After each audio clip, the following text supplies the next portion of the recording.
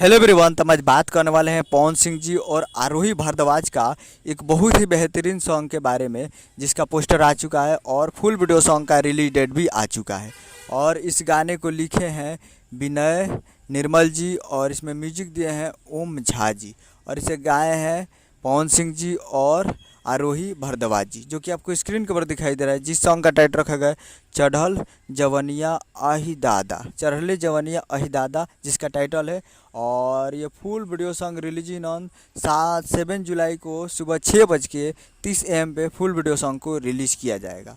और वीडियो में है पवन सिंह जी और स्मृति सिन्हा जी। स्मृति सिन्हा जी है फिट में स्मृति सिन्हा जी है।